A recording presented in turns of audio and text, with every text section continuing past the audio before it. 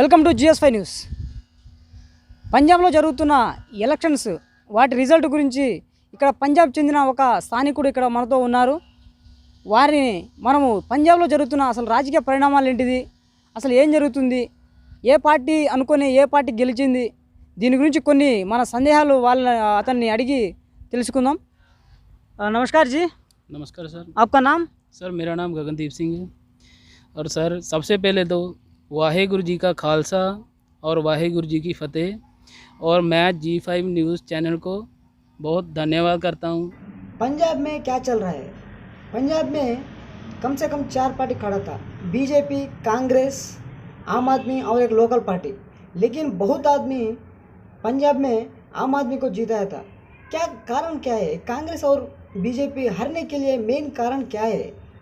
Sir आम आदमी party का स्टेटस पंजाब में ऐसा है कि सर आज से कई बार बीजेपी भी आया, अकाली दल भी आया, प्रकाश सिंह बादल अकाली दल के जो मंत्री हैं CM, उसके बाद कैप्टन अमरिंदर सिंह भी आए.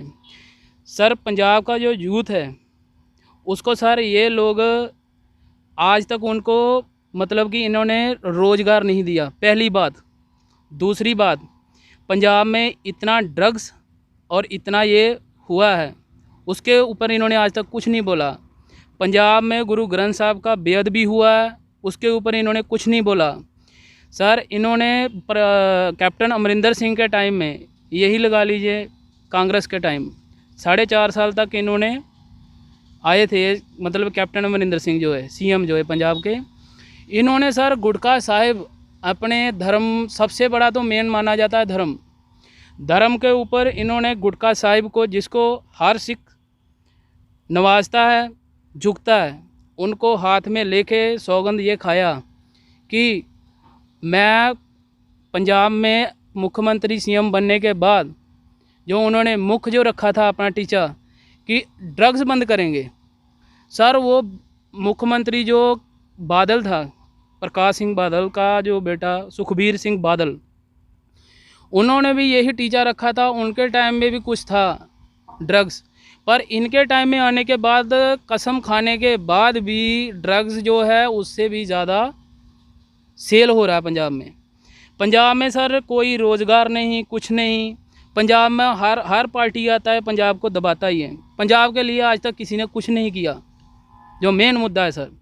इसलिए आम आदमी पार्टी आई, लोकसभा में किसानों का आज तक किसी ने मुद्दा नहीं उठाया, भगवंत मान ने उठाया. उसके बाद उन्होंने काम करके भी दिखाया, बाहर विदेशों में फंसे लोग उनका भी हेल्प किया, और भी बहुत कुछ उन्होंने करके प्रैक्टिकल एक चीज़ दिखाया है पंजाब को. इसके लिए उनको ज़्यादा प्यार करते हैं. उसका आने का वजह ये है. पंजाब का आम आदमी का कैंडिडेट, CM कैंडिडेट कौन है? आम आदमी का कैंडिडेट सर CM जो है मेरे को हो सकता है कि भगवंत मान जी होंगे. पंजाब में बहुत आदमी पंजाब वाला हमारे को सेपरेट कंट्री चाहिए करके स्ट्राइक किया करके टीवी में और सब बहुत चैनल्स में देखा था. क्या सही है क्या? ये सर एक्चुअली है तो सही भी है. एक नज़रिए से देखें हम पंजाब को, जैसा पंजाब का हालत कर दिया है.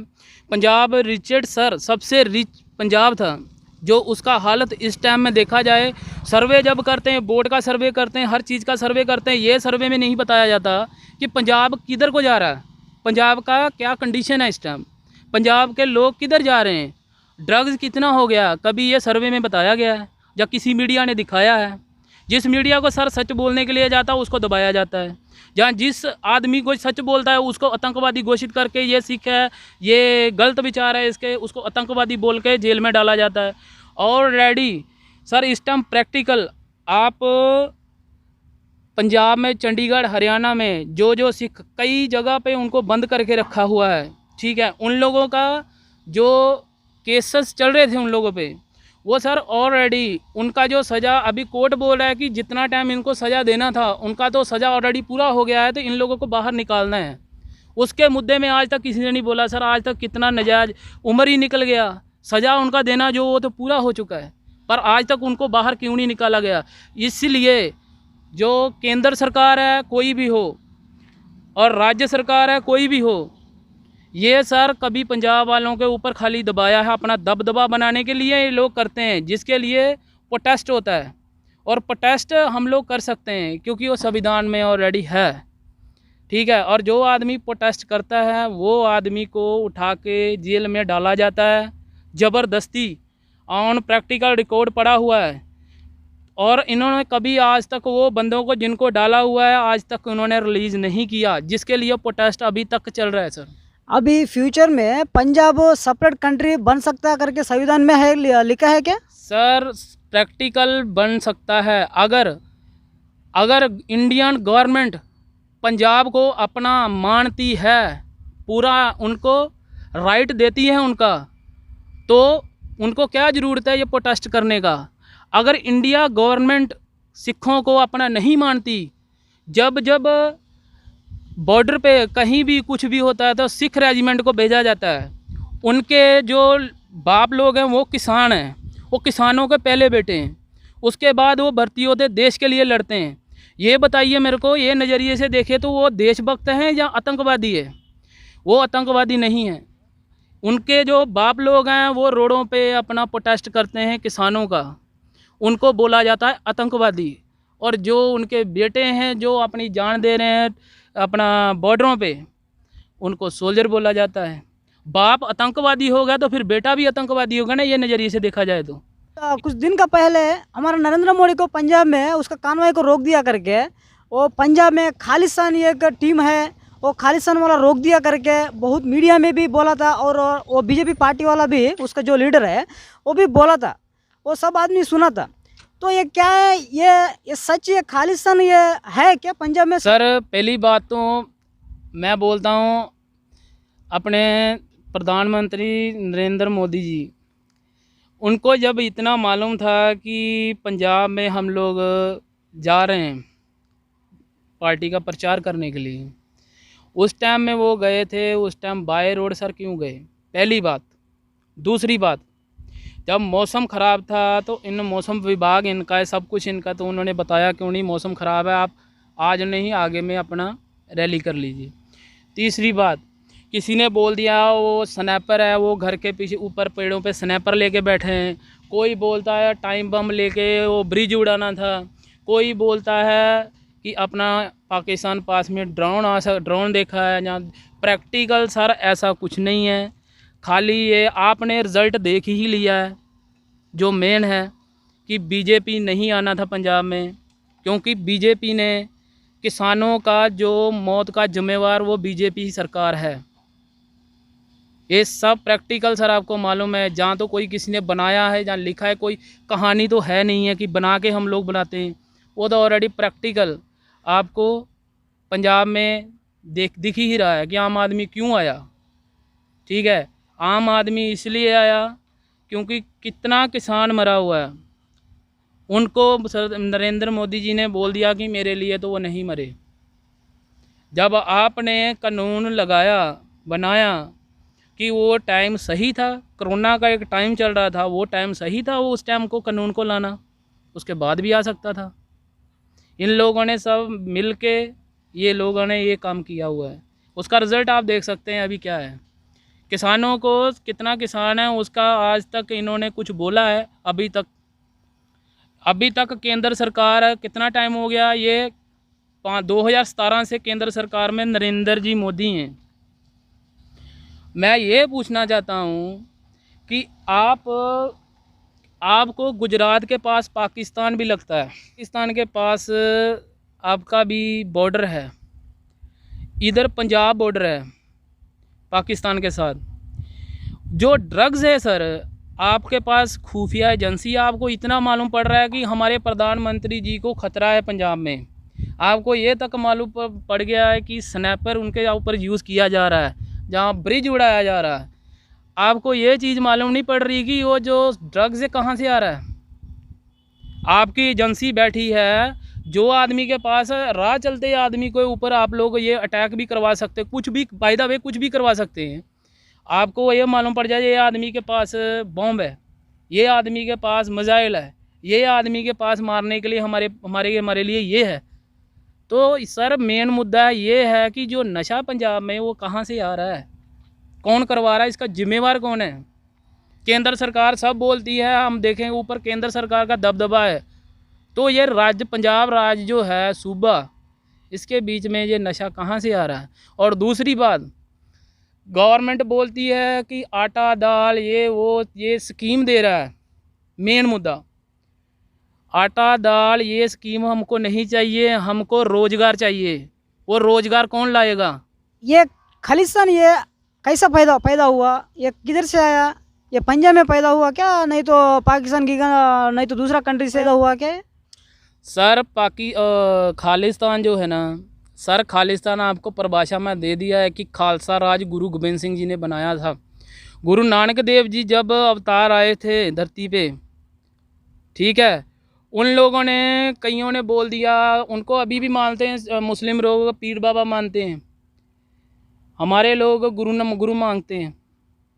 गुरु नानक देव जी जब आए थे इस दुनिया में, उस टाइम ब्राह्मणवाद ने 4 वर्णन बनाया था, जिसमें 4 वर्णन में शूद्र क्षत्रिय ऐसे कुछ 4 बनाया था। चारों में से सर जो शूद्र जो थे वो है एक्चुअली पंजाब के मूल निवासी।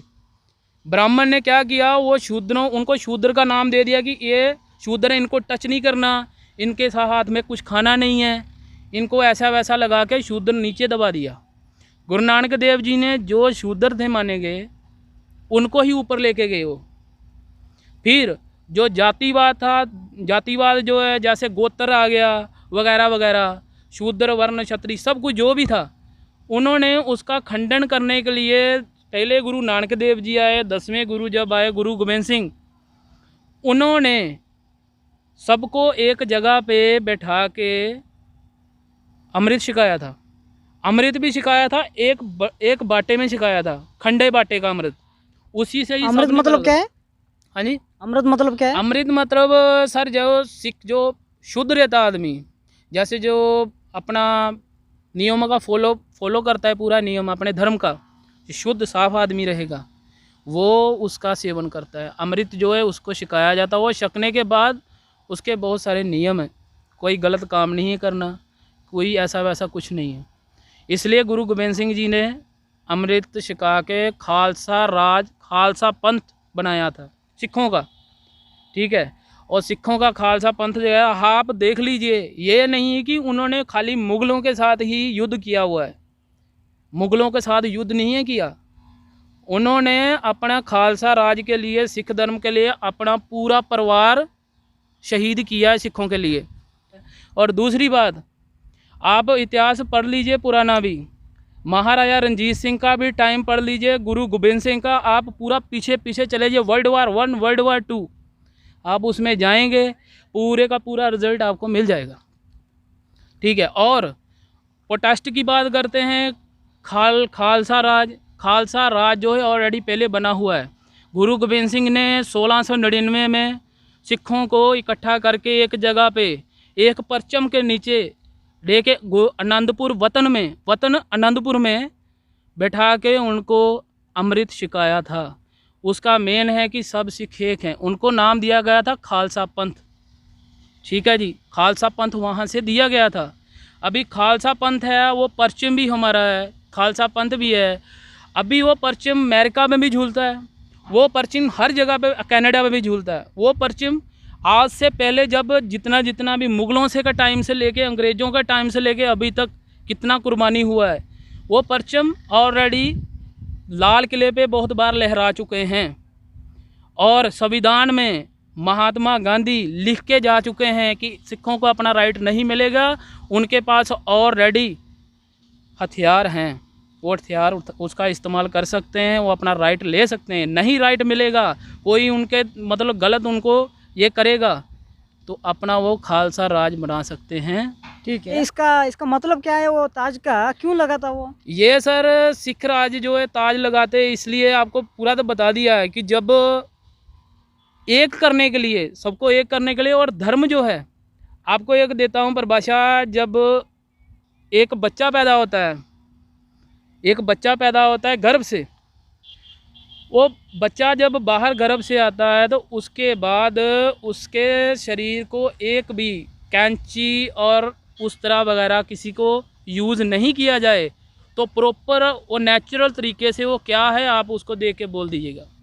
कैंची उस तरह से सब बना हुआ है। और दूसरी बात, इस टाइम में पंजाब में मोहित भागवत जी जो बहुत कट्टरवाद फैलाया हुआ है, उन्होंने हर तरह से हर गवर्नमेंट ने पंच सिखों को दबाया ही है। उनको ये अभी साबित किया जा रहा है कि वो हिंदू है, लेकिन सिख हिंदू नहीं है, वो अलग है। वो बरतानिया हर जगह पे आप यूएनओ में भी जाके आप डिबेट करके देख लीजिए और रिकॉर्ड पड़ा हुआ है कैसे सिख जी हिंदू है। मेन चीज़ जो है, फिर ये ऐसा काम करते हैं कि सिखों को मतलब कि कट्टरवाद फैलाते हैं कि दूसरा जो धर्म है सर शांत है, जब वो उड़ जाएगा दूसरा धर्म अपना प्रोटेस्ट कर देगा तो सर खुद बे खुद दंगा होगा। और दंगे के जिम्मेवार कौन है? आरएसएस होगी। अभी आरएसएस को ये है, अब पंजाब में 1984 में जो कांड हुआ, पंजाब में है क्या आरएसएस? पंजाब में आरएसएस है जी। आप ऑन रिकॉर्ड ये शिवसेना, कोई शिवसेना का बना हुआ है, कोई बोलता है शिवसेना है, कोई बोलता है हम बजरंग दल से हैं, कोई बोलता है ये है। पहली बात, लेकिन सब आरएसएस है वाले, वो सब उनका ही फैलाया हुआ है।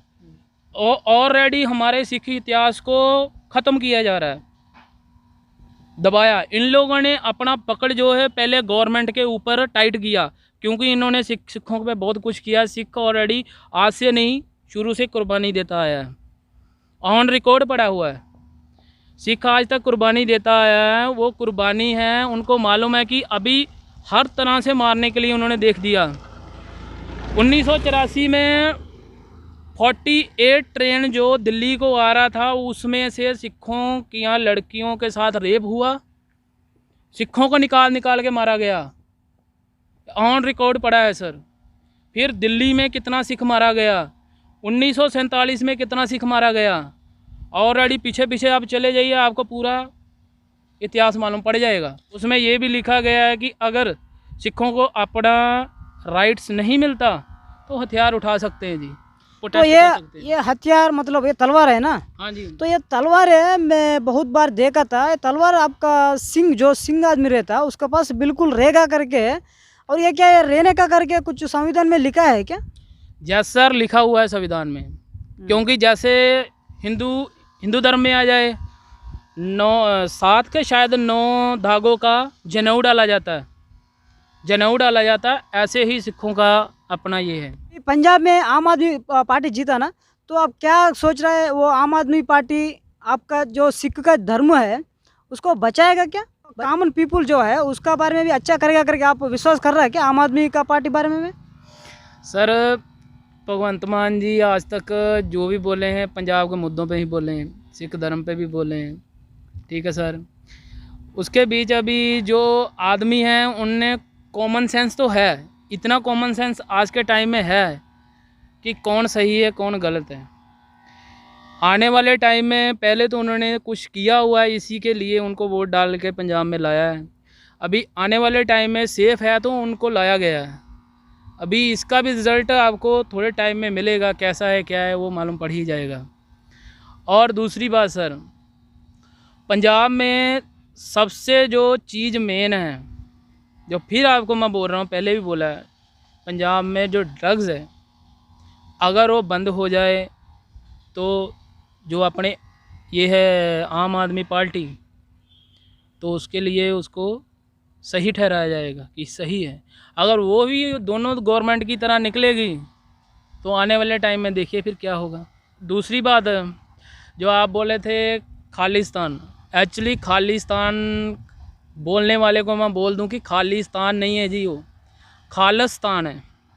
मेन जो चीज़ खालिस्तान नहीं खालिस्तान, दोनों फ़र्क क्या है?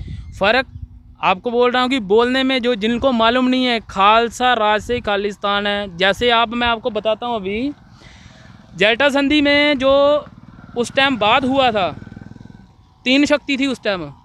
3 शक्ति में उस टाइम धर्म जो आया था, सुनिएगा, यहूदी, मुस्लिम, क्रिश्चियन, सिख और हिंदू।